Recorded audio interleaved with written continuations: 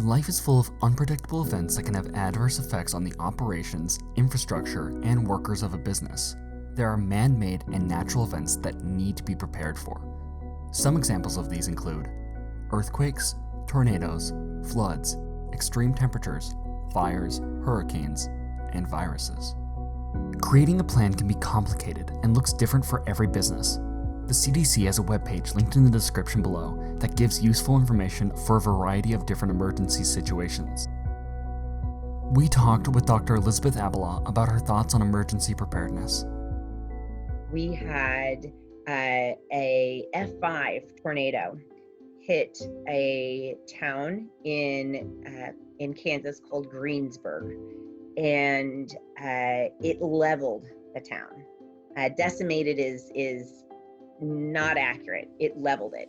There were, I think, 95% of all of the structures were gone. So what often will happen in situations like this, people will sort of be standing around and in awe for a while because it is such an emotional response. But if we don't have the training, that's all that will happen. But if we are providing that training and we are continuing to practice that training and practice working with one another, what occurs is, oh, I remember, we've done this. And it is basically building that muscle and reinforcing that muscle so it allows us to then flex it when we need to. So, oh, I remember this situation. I know what I'm supposed to do right here. And so it allows, and that helps not only the mental health of the individual, I can do something, I'm productive right now. But it allows then for me as that individual to be able to contribute to my community and that response.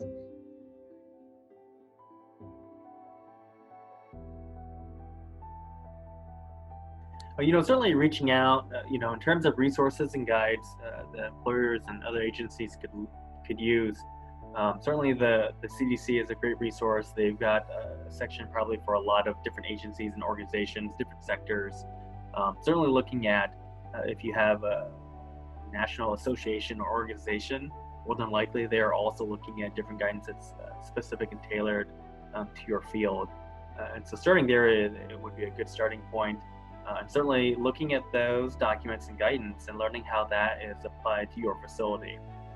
Again, I think a lot of the guidance that we've seen and read, come across, is substantially similar.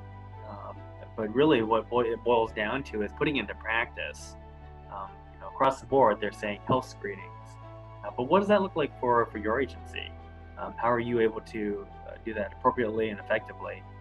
Is really where the rubber hits the road. And so taking the time to think about those and evaluate, this is the guidance, how can we put it into practice?